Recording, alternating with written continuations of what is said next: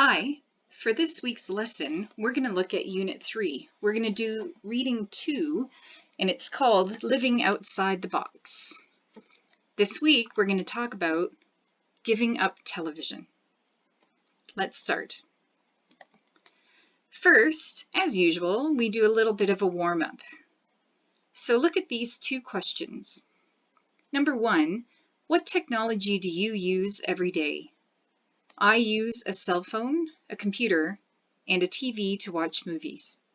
What do you watch, or what do you use?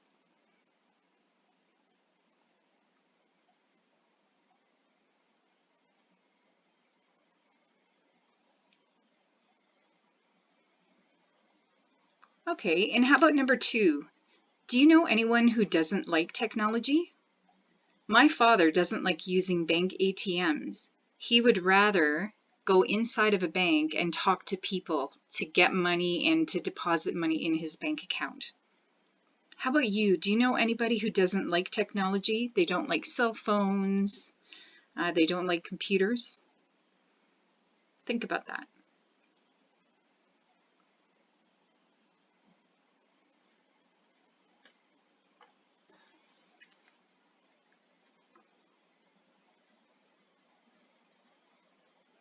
Okay, so that's a bit of a warm-up. What we're going to do, as usual, we'll do a little bit of review from last week's classes. And what we did last week was we looked at order of adjectives. So remember, this is from Unit 2. It'll be on the midterm and final exams, so try to remember these. What we'll do is we'll take a look at 3 sentences, A, B, and C, and you decide which one has the right order of adjectives. Okay, so A says, we took a ride on a blue old Chinese bus. B, we took a ride on a Chinese old blue bus. C, we took a ride on an old blue Chinese bus. Which answer is correct?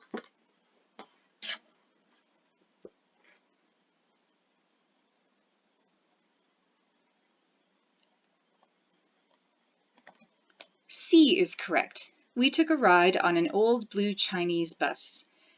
It shows you the adjectives in the order of age, color, and origin. How about the second one? What goes in the blank? I bought a pair of new nice red rain boots. I bought a pair of nice new red rain boots. I bought a pair of red nice new rain boots.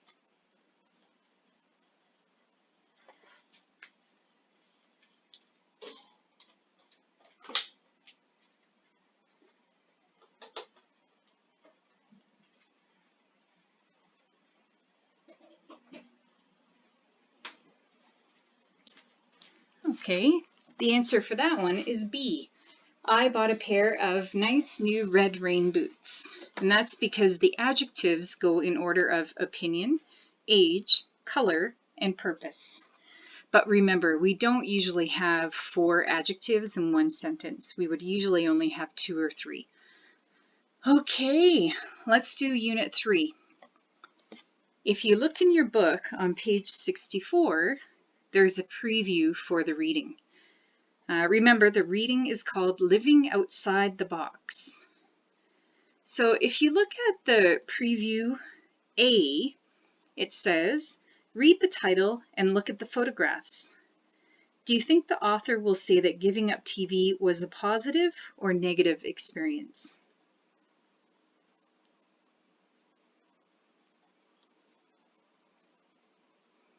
Okay, we'll find out when we read. How about B? It says, how can giving up television affect a person's life positively? And in the book it says write for 5 to 10 minutes. I'll give you a few minutes. Try to think of 3 things and write them down. Okay, so I'll give you about 4 minutes right now.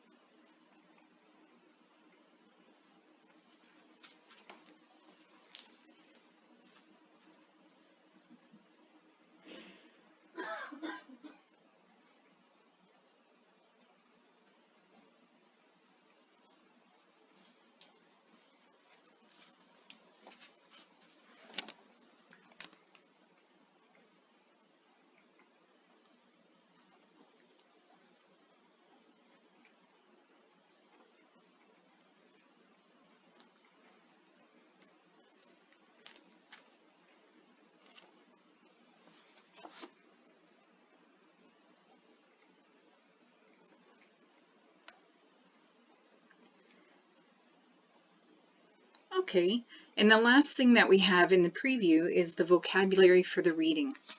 Remember that you have to know these for the midterm and final exams. I'll read them to you. Confession, discover, eventually, experiment, lifestyle, occasion, rare, regret, survive. After we finish the reading, we'll look at some exercises that will help you understand what the words mean. Okay, so now let's do the reading together. Follow along as I read. Underline words that you don't know and phrases that you think are important. Living outside the box, page 65. I once unplugged the TV for a month.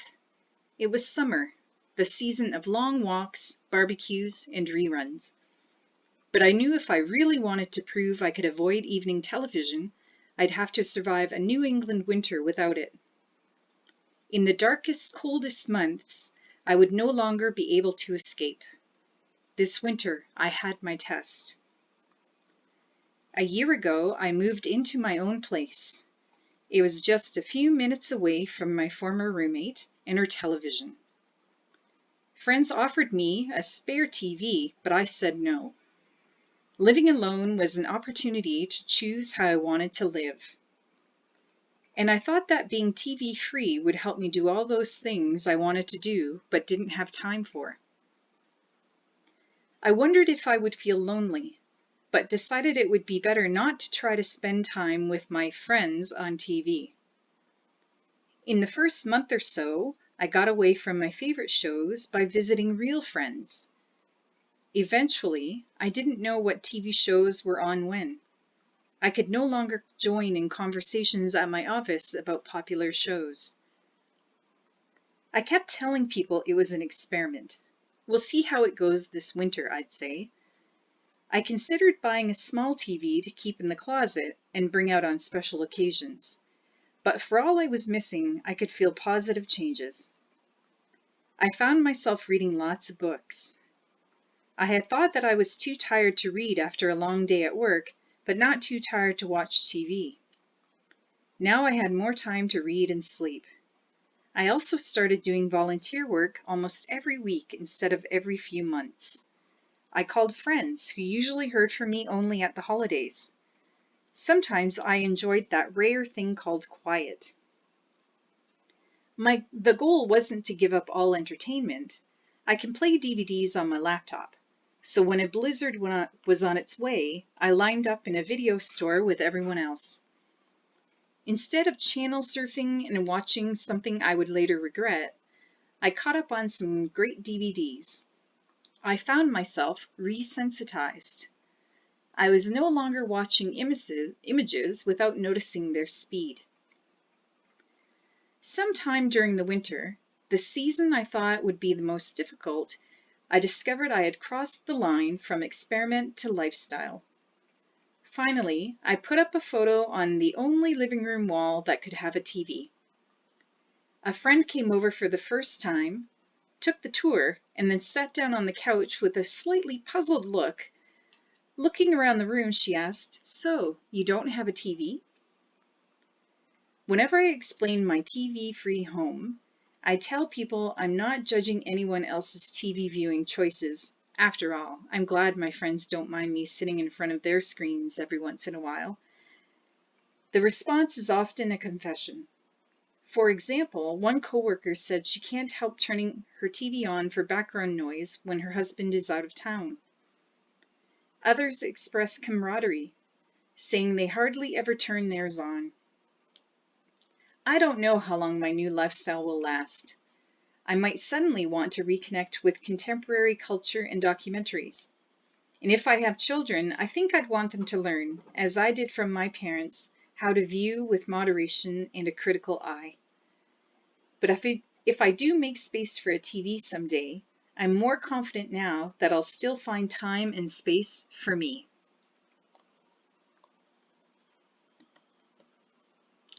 Okay, so on the next page, page 67, we're going to look at the vocabulary again. okay? What I'd like you to do is look at the email and put the vocabulary in the correct spots. What I'm going to do is I'm going to give you a few minutes to read it on your own and put the words in the correct places. So I'll give you about 5 minutes starting right now.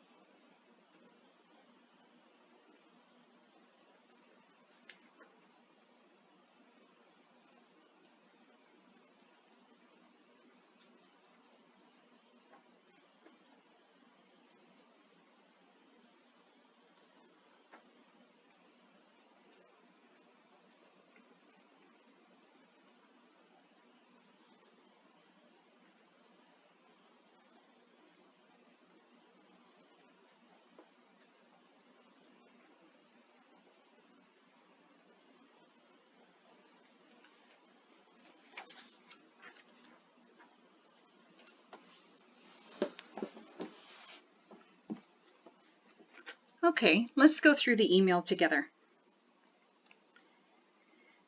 Hey Megan, you haven't heard from me for a while. I'm emailing you because I've lost my cell phone, but don't worry. In fact, I have to make a confession. I don't miss it at all. Losing it allowed me to discover that I'm happier without it. At first, I didn't think I could survive without having my cell phone always with me. I used to have it with me all the time, even at the beach and in the park. I used to take photos at every special occasion, like my cousin's wedding. I did consider buying a new one at first, but then I thought it would be fun to be one of those rare people who doesn't own a cell phone. It was my own little experiment. I wanted to test myself. Eventually, I found that I was happier and safer without it. I don't text while walking anymore, and I have more time for myself. I don't regret my decision to live cell-free. In fact, I love my new lifestyle. Talk to you soon, just don't call my cell. Miss you lots, Laura. And look at the extra just for fun. If you have more time later on, you just want to think about things, look at these questions. Could you live without your television? You can't watch shows on your cell phone or computer either. What would you do with your spare time?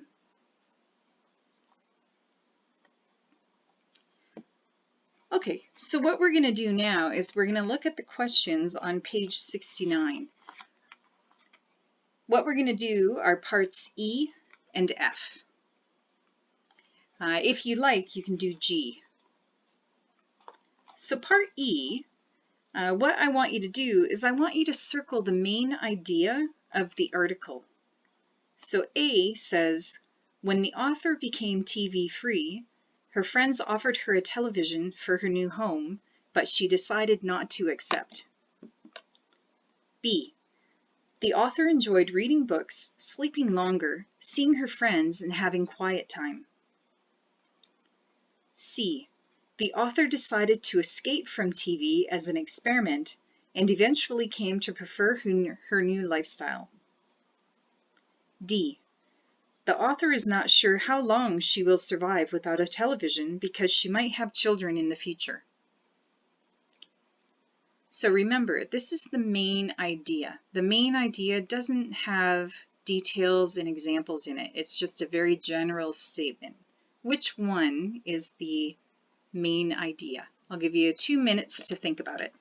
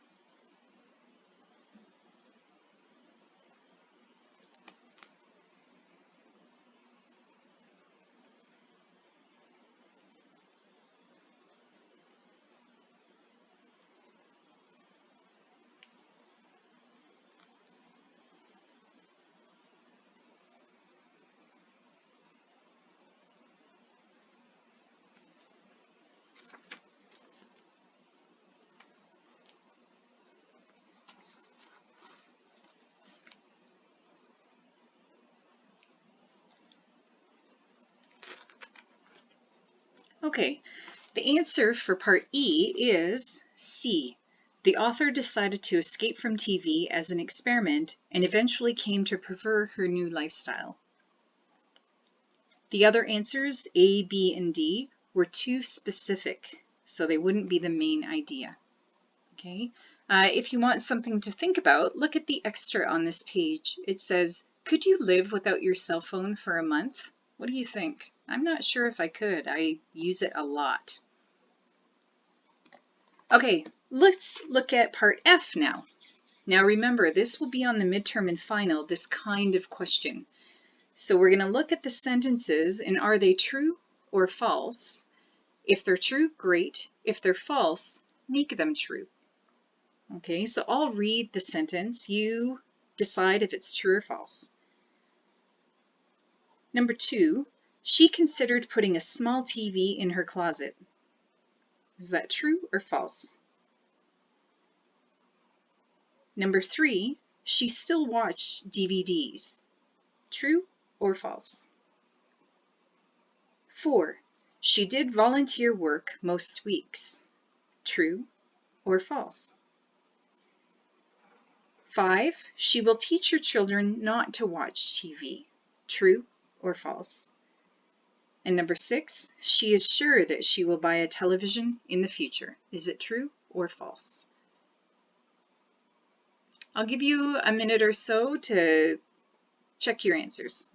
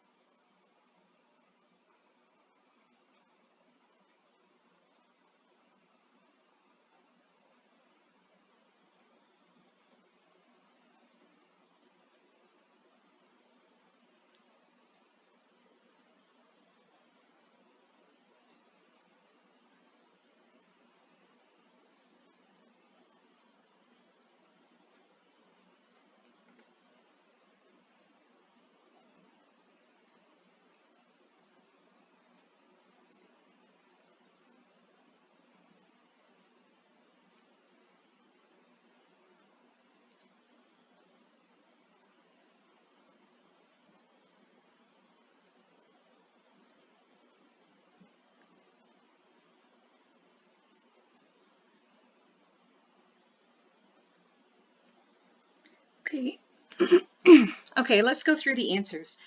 Remember, if I'm too fast, you can pause the recording, do the answers yourself, and then listen to the answers that I give, okay?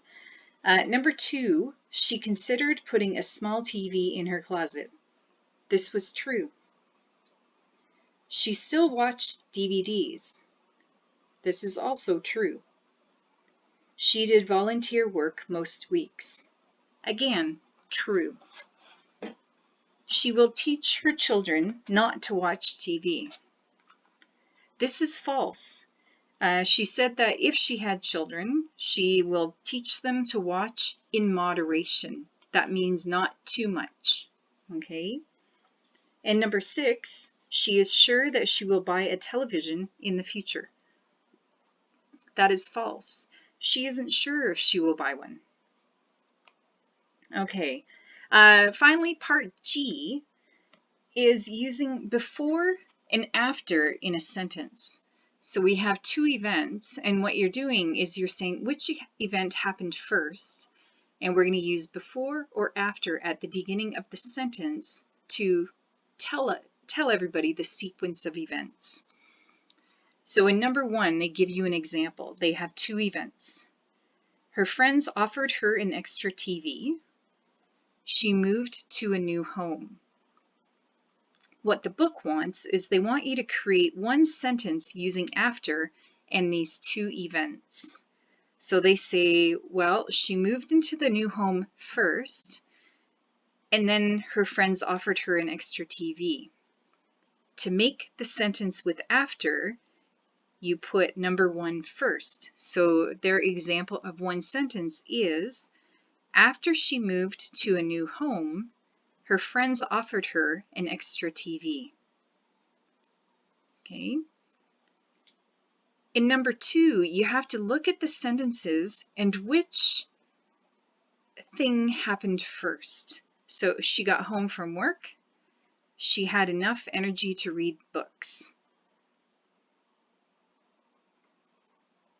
So which event would happen first? She got home from work or she had enough energy to read books?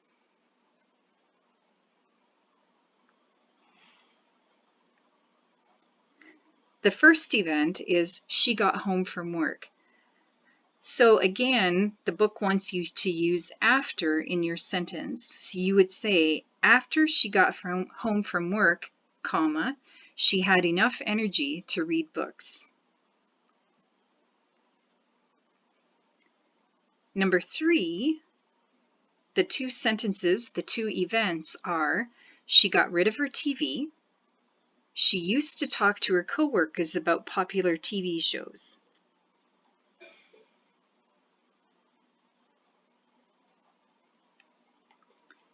So which action came first?